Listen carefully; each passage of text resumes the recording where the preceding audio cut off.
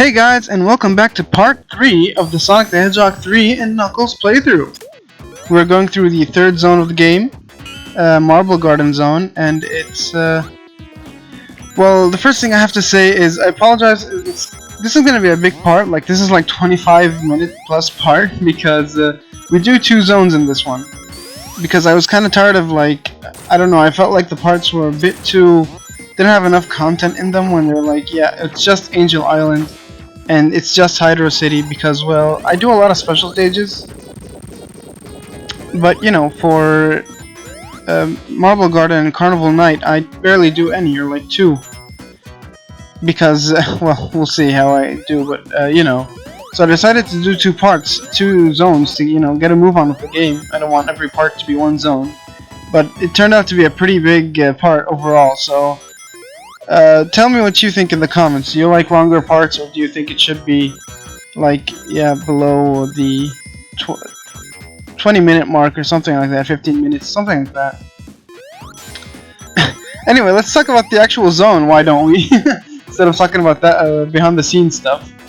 Marble Garden Zone. This and the next zone are kind of the 2 zones along with one of the zones coming up that I don't care for them too much. Like, I don't really mind Marble Garden. It's not really a fun area for me, but it's not like a terrible zone or anything, don't get me wrong, but I mean, it's just eh.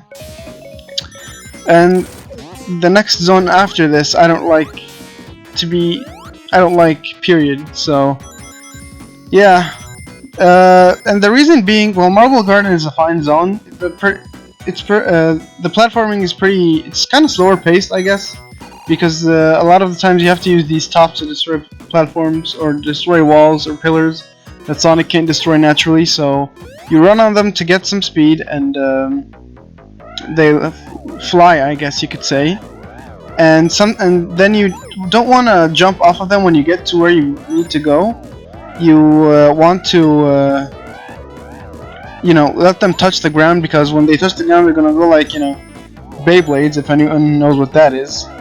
It's pretty popular, but it's gonna be like a Beyblade and just spin on the ground and get a lot of speed or whatever, and it's gonna destroy the platforms you want to destroy, or the pillars. So yeah, that. And another thing that you're gonna be doing a lot is there are these blue wheels, I guess you could say, in the floor that you need to spin dash on to activate, so that you can get the platforms to go down, or the platforms to come down to where you are, or, you know. So yeah, that's the big platforming challenges for this one. And the obstacles, well, the enemies are pretty unique, I guess. All of them are memorable in their own ways. The one you just saw me fight takes 3 hits. The first enemy, I think, that takes 3 hits, and is actually mandatory to fight if you run into him, because he's generally blocking off a pathway that, you know, you need to go down. So you need to destroy him to, like, let the platform collapse or whatever. So he takes 3 hits. Whenever you hit him once, he's going to shoot an arrow. So don't be in front of him when you hit them. And yeah, those spike balls suck because they're so big and they spin so fast. And a lot of the time, you're not going to see them coming and take a hit. So that's great. Another enemy type. Oh look, electric shield. How do I get that? I don't know. Let's see. Let's make the platforms go back up. Am I using my magic? And I get the electric shield for my troubles. Booyah! I hope I don't lose that soon. I don't remember if I do or not. Other enemies that are worth noting are these blue pufferfish. They're not fish, but they're kind of like, they act like pufferfish, where they're just going around normal, just like blue and vulnerable to attacks, and suddenly they're just gonna be spiky all around. So get their spikes out, so be careful. And again, that's just another enemy that just comes up way too fast. You're not gonna see him coming, and he's most likely gonna have his spikes out by the time he's on screen, like that, and then you're just gonna take a hit. So there goes my shield, yay. And yeah, I think that's pretty much all that's worth noting about Marble Garden. I think something pretty interesting happens in Act 2, but I guess I'll leave that to Act 2 when we get there. The other thing of note I have to mention is the grasshopper type enemies that I think you only see in Act 2 as well. That whenever they're on screen, whenever they see Sonic, they're gonna jump over Sonic. So, you know, just keep running, I guess. And I think 90% of the time I completely just dodge them by doing nothing because they're not in the way, or they're in the way but then they get out of my way, so it's just like, okay, don't know why you're here, why did Eggman even bother, but I guess he's trying to... He knows that Sonic's gonna destroy the Badniks, so I guess he's just like, you know what, dodge Sonic, let Sonic go by. It's okay, it's okay. Just keep the animals I got safe. Anyway, we're at the mini-boss, and he's kind of like Mystic Cave's mini-boss from Sonic 2, if you remember that. He drills up through the ceiling, making a lot of debris and spikes drop. The debris doesn't hurt you, but the spikes will, so careful. And he's gonna land down, and that's your opportunity to attack him. Obviously, watch out for the spikes, because they're going to hurt. And, pretty simple. If you can beat the Mystic Cave boss, then you can beat this one. Interesting thing about mini-bosses, they only take 6 hits to destroy. So, you know, they're even faster than the actual boss fights. So, yeah, that's that mini-boss, pretty simple. And we're in Act 2 right now. Oh, something else I didn't mention about the music, and how I like the upgrades to the game in general, or in the series. They decided to make 2 tracks for every zone. Like, it's the same or not the same arrangement, the same composition and everything, but arranged differently so that it's kind of like a different experience. Like, they make one for Act 1, and then they make another one for Act 2. And I admire that effort. That extra effort, I think, helps a lot to give every zone, I guess, make it more distinguishable, and make things feel more lively, I guess I could say. Oh, I didn't actually talk about those enemies. I forgot the spike enemies. They're actually pretty different, I guess you could say. These enemies are disguised as spikes. They're pretty much, there's something under the spikes, and if you get the spikes themselves are fake. They won't hurt you. If you jump on the spikes, you're gonna kind of like bounce over them or something. Just kind of bounce off them. So, ouch. Hate springs that are just bouncing into spikes like that, but whatever. But if you stand next to them like a dope because you thought they were just normal spikes like that, the thing under them is just going to jump up and shoot a projectile at you. So careful. Anyway, time for Special Stage 5. I failed this one last time, so let's do this right this time. Oh no! Oops. And there you go, I mistimed again and failed Special Stage 5 for the second time. This is actually the point where I do get the 7 Chaos Emeralds, because before this point, a lot of my playthroughs were just like, I always knew of 4 special stages in Angel Island. I knew of 2 in Hydro City, not the 3rd one. There was a 3rd one I discovered later. And I know this one in Marble Garden. I think that I know where another one is, but again, I barely ever find that one, so I'm just like, I never know where it is. So yeah, I don't get another special stage in Marble Garden. Usually in a typical playthrough, I would have all 7 Chaos Emeralds by now, but I failed. I failed twice. So let's hope I make up for that in the next zone or the next special stage. Yeah.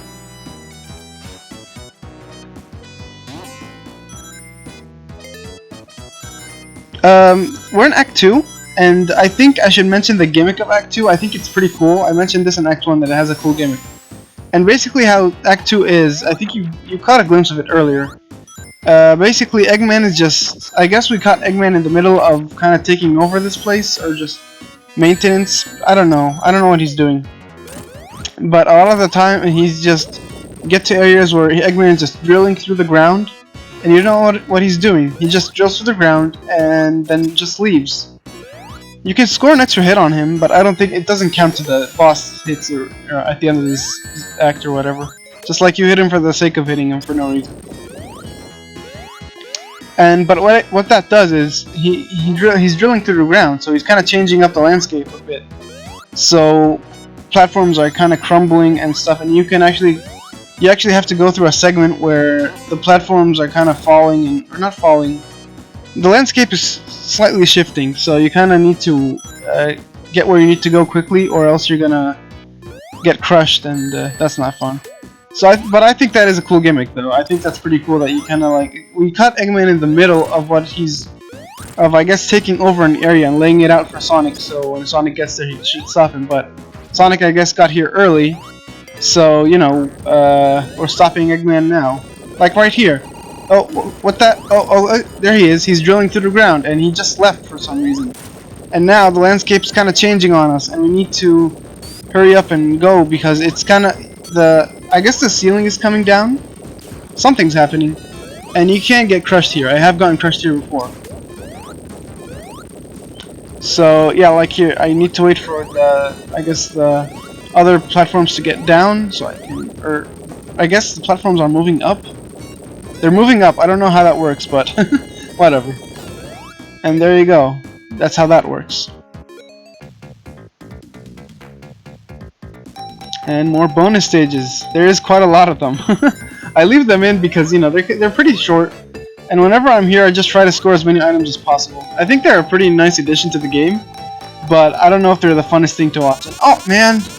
Again, Eggman! Seriously! I'm not really looking at these casinos. Come on, let me take something out, man! So I just basically, yeah, well, I guess you can lose stuff by entering these stages, so careful. And look at that, grasshopper stuff just springs up right in front of me. I can't even dodge that hit. It's just like, what? That's kind of a problem with... I mentioned this in Metropolis Zone back in Sonic 2, but I feel like the 2D games,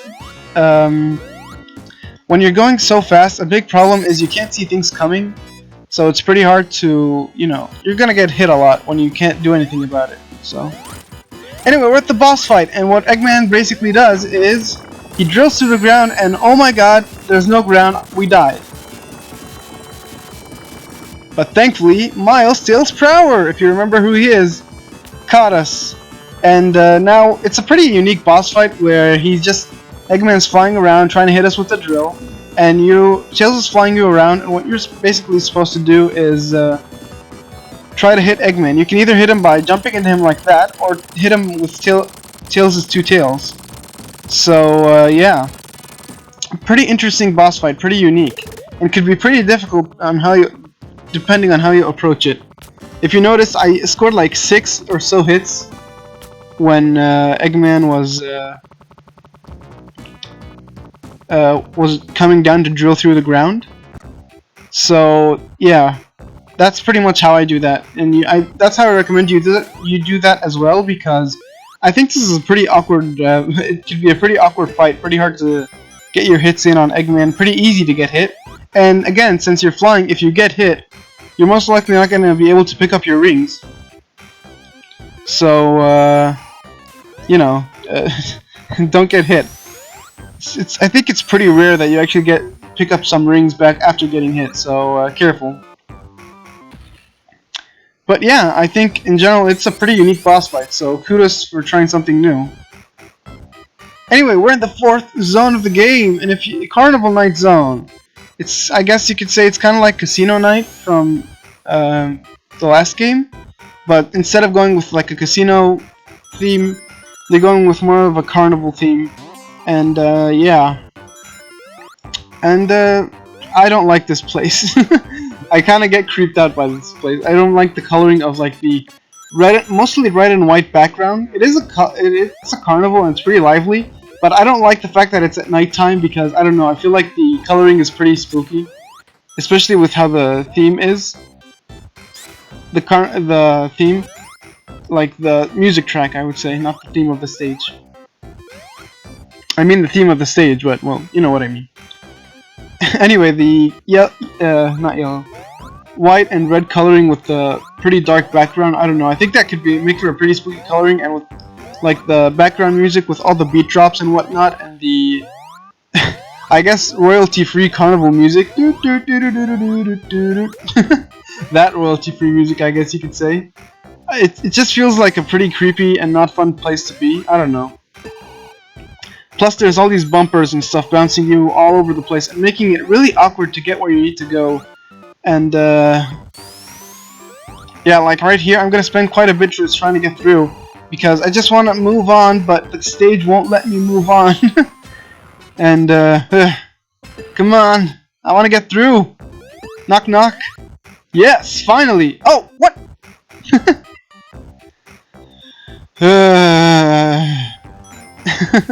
Alright, we're back. Take two. There you go. Like a pro. Do it on my first try. But yeah, if you like Casino Night, I think it's a safe bet that there are no slots here or anything, but it's a carnival. It's I guess it's supposed to be a pretty fun area. You kind of bounce off balloons, you hit bumpers. There's a pretty infamous barrel that you already saw if you noticed it, but we'll be running into it more later, so I'll talk about it then.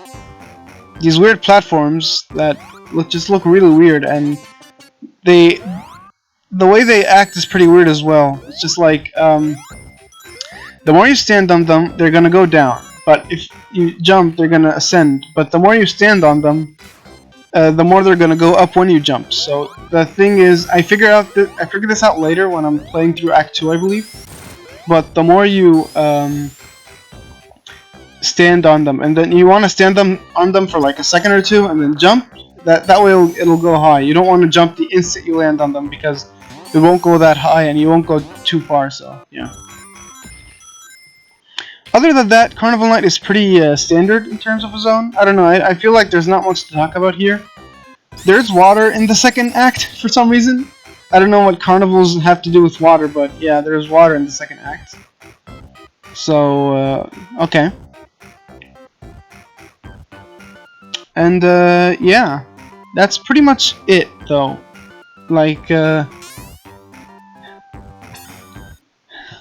have no other comment to make on the Carnival Night zone, other than the fact that I don't know. I feel like it's just a more creepier, not as fun version to play of Casino Night.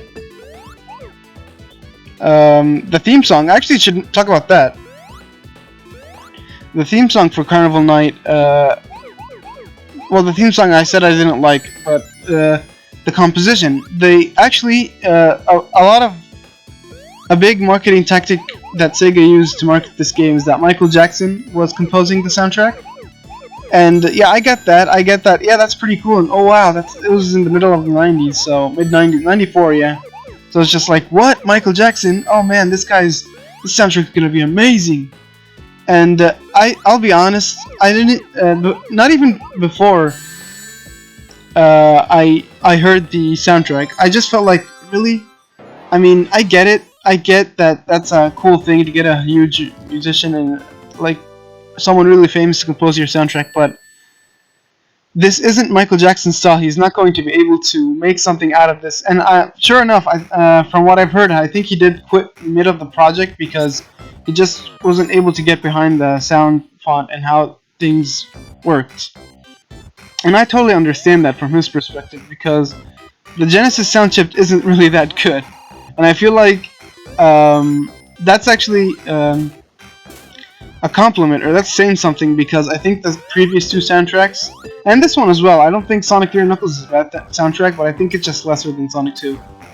But like stuff like Hydro City and Angel Island and the zone after this, you know, I think a lot of them are just really good compositions, and they brought out what the Genesis sound chip could do.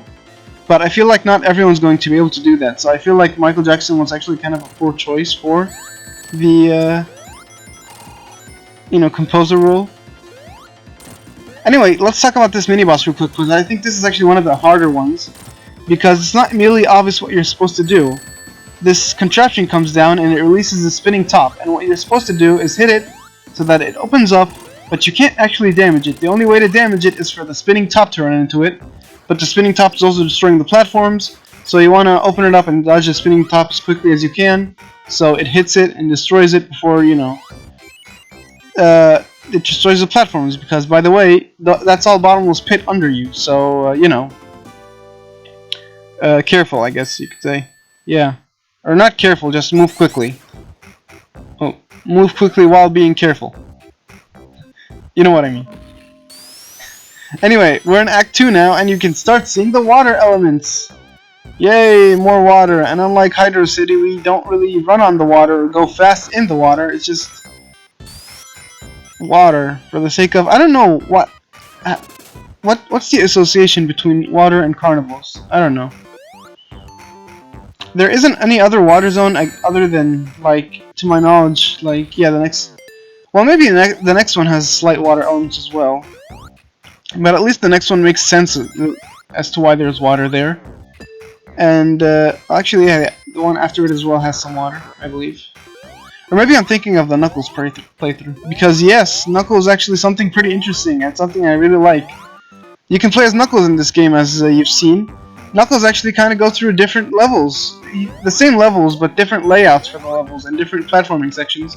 And if you noticed that sometimes, when we're playing the Sonic route, like Angel Island Act 1, I believe, you got to a point where there's an invisible spring that takes you up to a rock, and you have to jump from that rock off of the rock and onto another platform.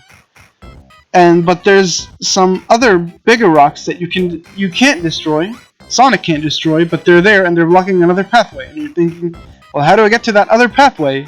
Well, that's Knuckles' pathway, and that will take him to a completely different level layout, so he can play something else, and the player can get a new experience. So that's pretty cool. I want to mention that, and I think I haven't recorded it yet or anything, but I want to do a Knuckles playthrough after the Sonic one, just to show off the different levels and whatnot. Not sure though, but I probably will. Anyway, if you noticed, we ran into... Oh wait, first, Knuckles! What? Invisible wall? What are you... Why can't I beat you up? Oh, what the... What? What was that? Where'd the wall go? What was blocking my path, Knuckles? What did you do? What black sorcery is this, Knuckles? Did Eggman... I don't even have an... I'm not even gonna think of an explanation for that. Just, the game will not let you go until Knuckles hits that switch to turn the power off. Why would Knuckles want to turn the power off? Or at least the lights off. Because, yeah. You're underwater so you can drown, but the balloons do have air bubbles in them, so that's good. But why would Knuckles want to switch the lights off? Does he think Sonic's not going to see where he's going, so he's going to hit spikes or something and fall to his death or whatever? I don't know.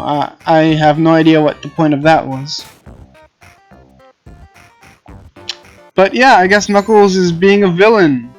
Or I think he thinks he's being a villain at least. Or, no, I think he thinks he's doing the right thing by stopping the evil Sonic the Hedgehog that's trying to steal his Master Emerald. But, you know, whatever. You do you, Knuckles. Hey, if you're gonna be a villain, at the very least, it's a good thing you're a nuisance. Not an outright massive villain that we have to take down. Oh, look at that, we beat Eggman in Angel Island. Oh, Knuckles is there to drop us down, destroy the bridge, so we drop to Hydro City. Oh, at the end of Hydro City, we meet Knuckles and he destroys another bridge, so we have to fall down and fight Eggman. And again, we move on anyway, so who cares?